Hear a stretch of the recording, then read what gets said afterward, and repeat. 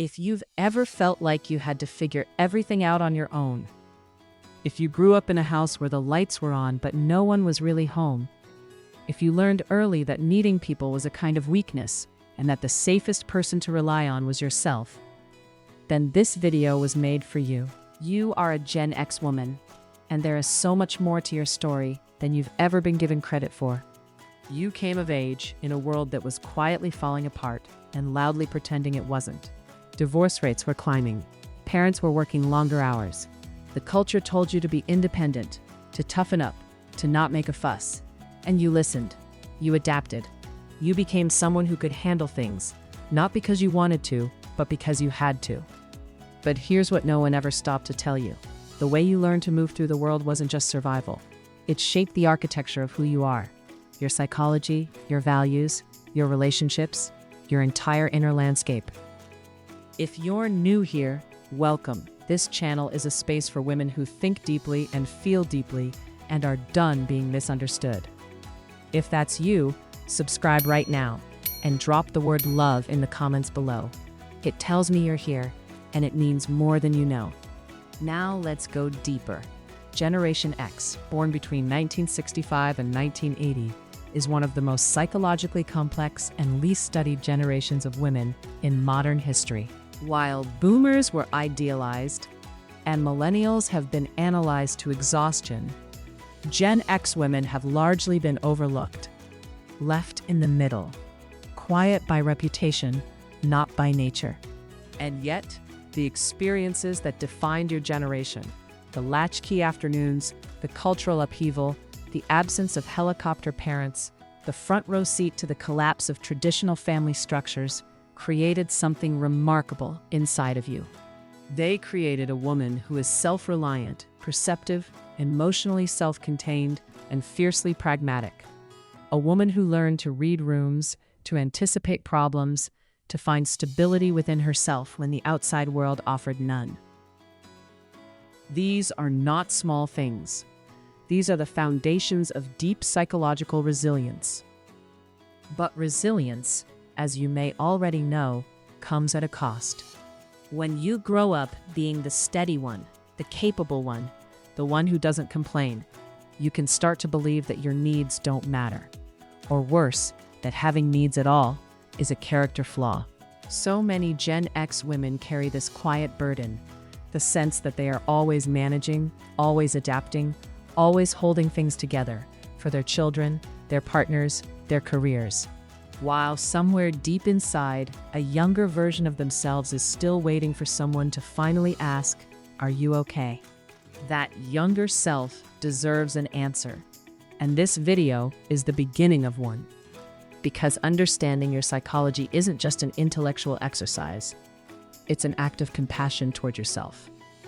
When you understand why you do so much of what you do, why you pull away when you want to be held, why you say "I'm fine" when you're not, why you feel most like yourself when you're competent and in control.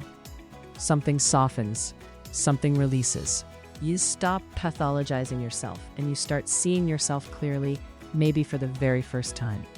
Let's talk about what actually shaped you, because your psychology didn't appear out of nowhere. It was built layer by layer by a very specific set of experiences that most people outside your generation will never fully understand. The first thing to know is this: you grew up with a kind of freedom that looked like neglect and felt like both. The latchkey experience, coming home to an empty house, making your own dinner, navigating problems without a parent nearby, wasn't just a logistical reality. It was a psychological training ground. It taught you that the world doesn't pause for your feelings, that you need to figure things out, that waiting for someone to rescue you is a losing strategy. And so you stopped waiting. You became someone who acts, someone who solves, someone who doesn't ask for help until the situation is truly dire. And sometimes, not even then. This is the first defining trait of the Gen X woman's psychology: radical self-reliance. Not the kind that comes from confidence, but the kind that comes from necessity. There's a difference, and your nervous system knows it. True confidence says, "I can do this." Necessity-based self-reliance says, "I have to do this, because there's no one else. One feels like power, the other feels like a quiet, ongoing exhaustion. If you've ever found yourself burning out while refusing to delegate, staying up late to fix something you could have asked for help with, or feeling strangely uncomfortable when someone offers to take care of you, this is why. Your nervous system learned that depending on others leads to disappointment, so it built walls. Efficient, functional, invisible walls. The second trait runs closely alongside the first: emotional containment. Gen X women are extraordinarily skilled at managing their emotions internally. You don't fall apart in public. You don't wear your feelings on your sleeve. You process quietly, privately, and often alone. To the outside world, you appear steady, composed, unshakable. But steadiness and wholeness are not the same thing. Many Gen X women are carrying emotional experiences that were never fully processed. Grief that got filed away because there was no space for it. Anger that was swallowed because expressing it felt unsafe or pointless. Longing that was quietly abandoned because it seemed like a luxury you couldn't afford. Carl Jung called this the shadow, the parts of ourselves we push underground because the world didn't make room for them. For Gen X women, the shadow often holds tenderness, vulnerability, the desire to be truly known by another person, not just needed by them. The third trait is a finely tuned pragmatism. You are solutions-oriented in a way that sometimes startles people around you. When a crisis hits, you don't spiral. You assess, you act, you stabilize. This is genuinely remarkable. It's a form of intelligence that doesn't get celebrated the way it should. But it also means that you can sometimes skip the step where you actually feel what's happening. You move so quickly into problem-solving mode that the emotional weight of a situation doesn't land until much later, sometimes years later. The fourth trait is a complex relationship with trust. You believe in people's potential, but you are careful, sometimes too careful, about who you let close. You watch, you observe, you give small amounts of trust and wait to see what someone does with it. This isn't cynicism, it's wisdom earned the hard way. But it can also create a kind of loneliness, because the same walls that protect you can also keep genuine connection at arm's length. And then there is the fifth trait, perhaps the most quietly painful of all, the feeling that you grew up too fast. That childhood was something that happened to other people, while you were busy becoming competent.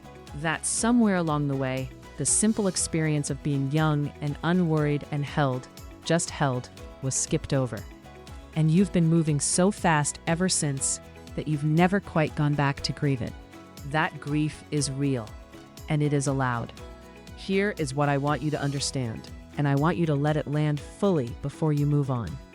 Everything you just heard described, the self-reliance, the emotional containment, the pragmatism, the careful trust, the too fast growing up, none of it is damage.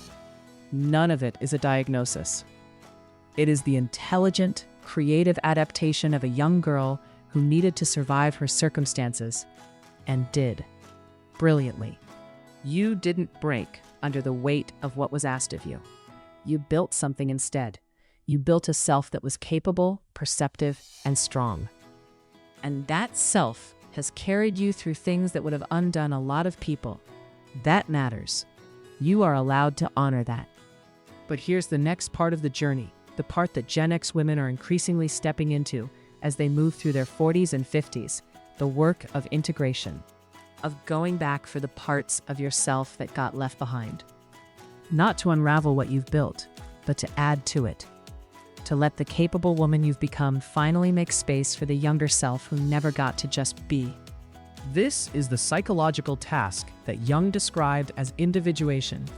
The lifelong process of becoming whole, not perfect, not healed in the sense of erased, whole in the sense of integrated, where your strength and your softness can exist in the same body at the same time, where you can be the woman who handles things and the woman who sometimes needs to be held, where self-reliance is a choice, not a reflex. And this matters enormously for how you parent, because Gen X women are raising children right now, primarily Gen Z kids. And the psychological inheritance you pass on is shaped by everything we've talked about today. Research is clear. Children don't learn emotional intelligence from what their parents say. They learn it from what their parents do.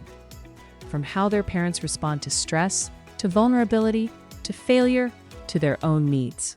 When a Gen X mother begins to do her own inner work, when she starts to soften the places that hardened out of necessity, when she practices asking for help instead of quietly resenting that she has to do everything, when she lets her children see her feel things and recover from things, she doesn't just heal herself. She breaks a cycle. She gives her children something she never had, a model of a woman who is both strong and open, both capable and human. That is one of the most powerful things a person can do.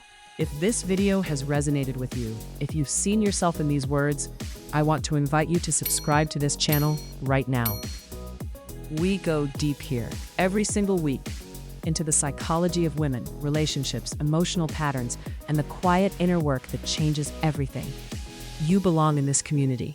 Because here is the truth about Gen X women that history has not yet fully told. You are not the forgotten generation. You are the bridge generation. You absorb the dysfunction of what came before you, and you are actively, consciously, often painfully choosing to pass something better forward. You are doing it in your families, in your work, in your friendships, in the private moments when you choose honesty over habit and vulnerability over armor. That is not a small thing.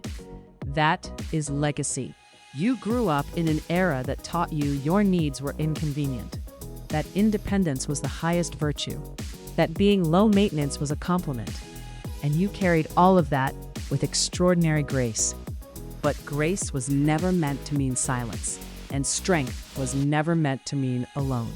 You are allowed to be known. You are allowed to be soft. You are allowed to take up space in your own life, not as the woman who manages everything, but as the woman who feels everything, who knows herself, who has earned the right to finally, fully come home to herself. That woman has always been there. She was just waiting for permission. And this, right here, is it.